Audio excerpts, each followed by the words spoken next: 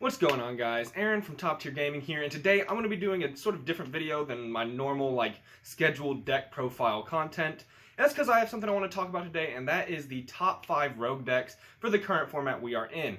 And rogue is sort of a very ambiguous term right now, simply because we have so many viable decks. Like, this format has been so open. There's definitely been some decks at the top, like Prank Kids, Drytron, Tri-Brigade. You know, we've had our meta, but rogue is super strong right now, can do a lot of things, and there's so many different decks that could be classified as rogue. Like, what do we consider Dinosaur right now? Like, is Dinosaur a rogue strategy? Is Shaddoll a rogue strategy at this point? It hasn't been doing much, but it was previously a meta deck, so defining rogue is also something a little tough right now. And then if you want to go into, what's tier 2 and what's rogue, you know, you can get into a whole can of worms. But I'm going to go over what I think are rogue decks right now and sort of put them in a list and say, my thoughts on them and sort of what I think of the decks and why I think they're so good right now. So if you do enjoy this type of content, please be sure to leave a like and subscribe. Discord and Twitter links down below if you want to check those out. We do a bunch of cool stuff on our Discord, like hang out and talk, and we have a growing community there, so that's really cool. So yeah, without further ado, let's start this list, starting with number 5, which is actually Madolche. So Madolche is a deck I actually played a long time ago. I'm talking 2014, 2015 era.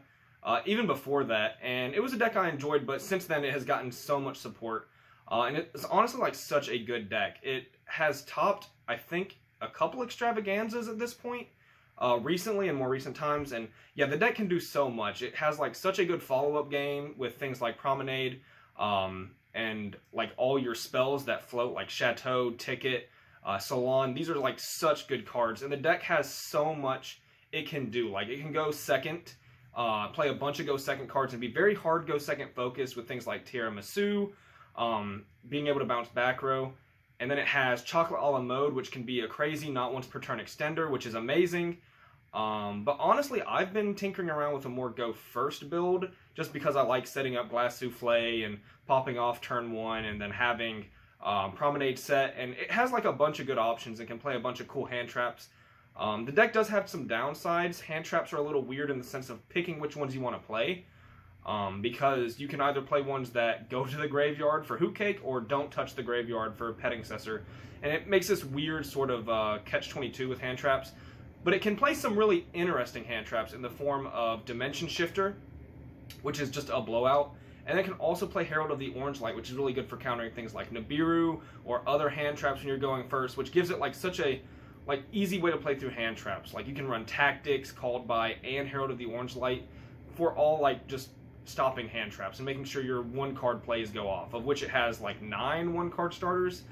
It's a pretty impressive deck. I've been tinkering around with it, and honestly, it's a blast and can do so much, set up some crazy boards, and go for really quick OTKs. Plus, the artwork is absolutely awesome. I think a lot of people like the Madolche artwork. But yeah, that's why Madolche is number 5 on this list, for its versatility, the fact that it can play some really cool hand traps. It can actually side things like Goes and Match, which is pretty impactful because they're all Earth. Honestly, just a super strong deck and kind of slept on, I think, right now. And then going on to number 4, we have one of Mason's favorite decks. If you don't know Mason, he's also part of Top Tier Gaming. It's Altergeist. And personally, this deck gives me nightmares. I really don't like this archetype because, I don't know, I don't like playing against it, but we do have someone on the team who really enjoys playing it, and, Altergeist is very powerful. I think it just recently got, 2 tops at one of the recent tournaments. I don't know if it was an Extravaganza or, an LCS or whatever tournaments we're having right now. But yeah, Altergeist is really good. Faker Imperm, if you ever open that, it's just super powerful. Deck has a lot of very powerful trap cards. A lot of just, cycling effects with, Spoofing, Faker, Silk, Meluseek, and the deck can actually just, have a lot of gas despite being a more trap deck. Protocol is a great card, and it can just play around a lot as well. And recently, more developments, I've seen it run things like, what's that card called? Secret Village of the Spellcasters, which is just a broken floodgate. I've seen people play it more like that.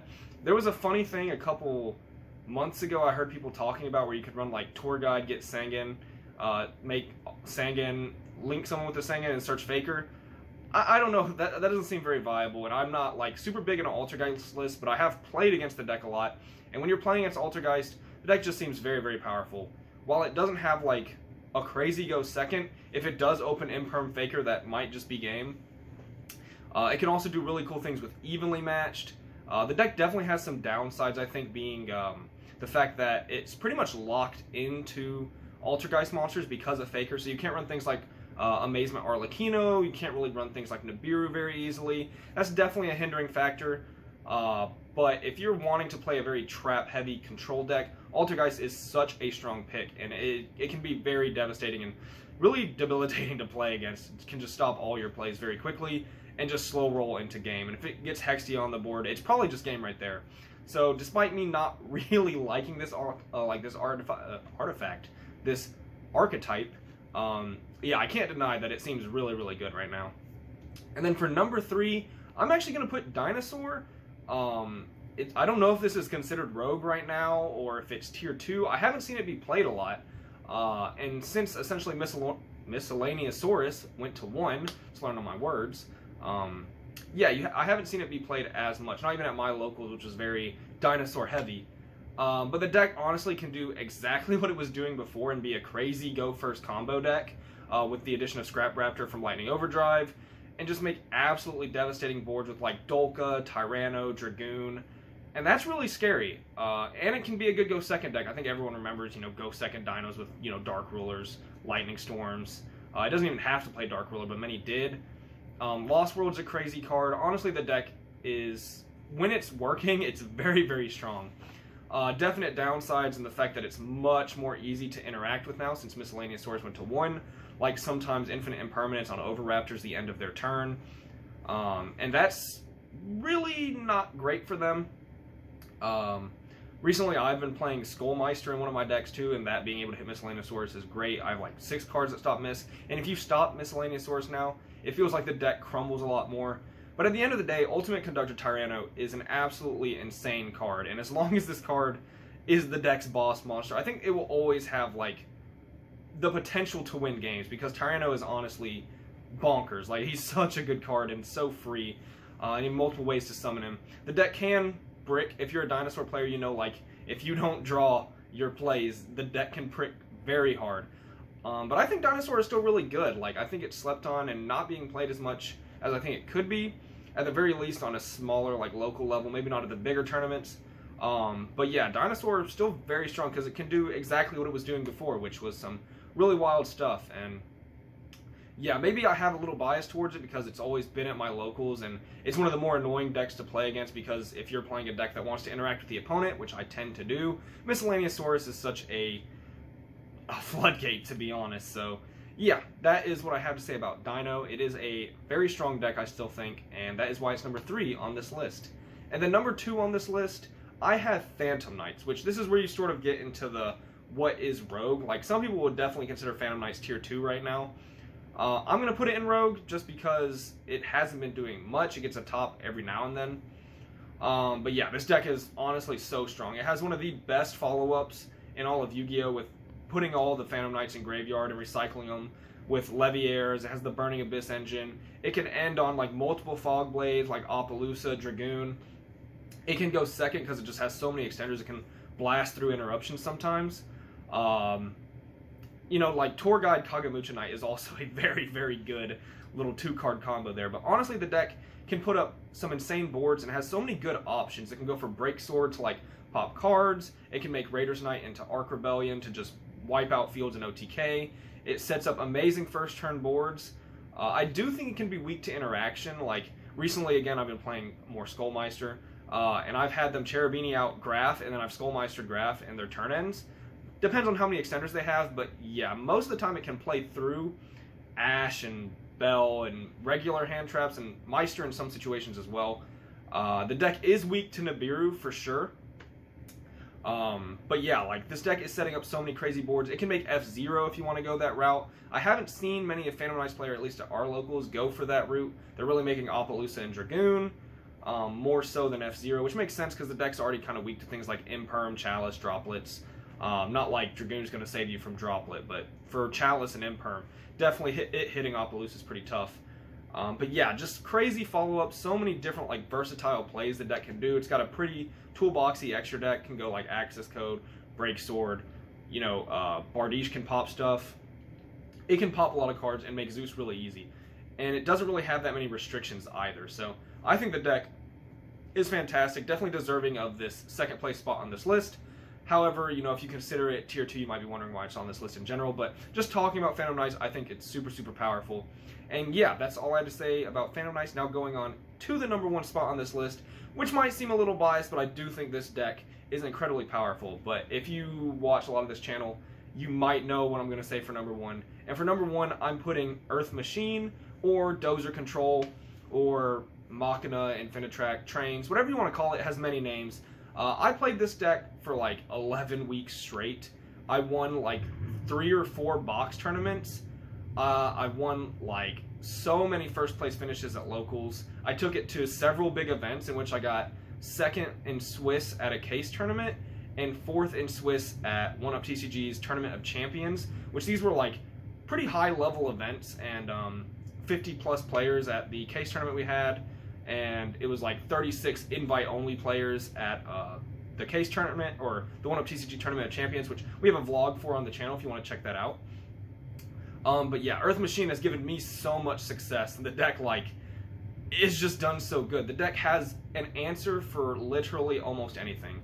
It has so many different plays it can do going second to break boards. Like you have Earth Slicer, you have Juggernaut Liba, you have Gustav Max for a win condition in time, which I have definitely used because the deck, it goes into time a lot because you're searching through your deck so much. The combos take forever. It's a grind deck.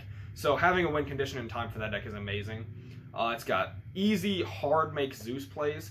Its first turn board, or its first turn play, is a 1-card combo that gets you like +4, and then it just has like a good amount of flex spots too. And again, it has an out for everything. Like it has an easy out for adding Nisters because it can make Juggernaut Liba 6k. It has an out to like Floodgates because in a lot of Floodgate situations, you can just summon Machina Fortress and like play Machina Fortress Beatdown, which has won me so many games. Like Machina Fortress, definitely the MVP of the deck. Him and Gustav Max, like this deck is so good, and I haven't been playing it the last couple weeks because again I played it for like 11 weeks straight. I had a lot of success. I felt it was time to start playing other things, but yeah, the deck's definitely not done for me because I think this deck is absolutely so good. It can make Enter Blathnir plays. Having 14 like 1-card starters, depending if you're playing Urgent Schedule or not, and the fact that it can play Urgent Schedule is absolutely insane. Like, gosh, the deck's so good. I could talk about this deck for, you know, at least 20 minutes, and I have multiple deck profiles on the channel. I have like my top 16 list.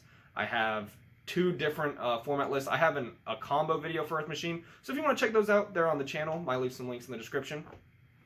But yeah, honestly, I just think it's such a good rogue deck, and I think it's way more powerful than it should be. I didn't even mention Citadel, who's like the all-star of the deck, and like Fortress Citadel by themselves can dismantle entire decks. Honestly, the deck is like, I put it very close to Prank Kids, because it does similar things. They both have a Battle Butler in the form of Citadel, a bunch of 1-card starters. Earth Machine gets less flex spots, but they have a bigger engine that draws multiple cards. And yeah, they play very similar. If you play Earth Machine, you can tell that they play very similar. Earth Machine definitely has the much better grind game, but it doesn't play through Interruption maybe as well if Prank Kids have Poly. I'm just comparing these decks at this point, but honestly, all I want to say is Earth Machine is super, super good, and definitely why it's number 1 on this list. Might seem a little biased because I played a lot, but I played a lot because I think it really is that good. Like, if I want to win a tournament, I might be taking Earth Machine over any other deck I have. So, yep, that was it for the top 5 rogue decks of the current format. I hope you guys did enjoy. If I missed a deck, you can leave it down below in the comments, and I'll be sure to read them, see what maybe I could have adjusted this list with. I'm sure there's so many good decks that you guys want to like leave down in the comments below and you know, have in the discussion here.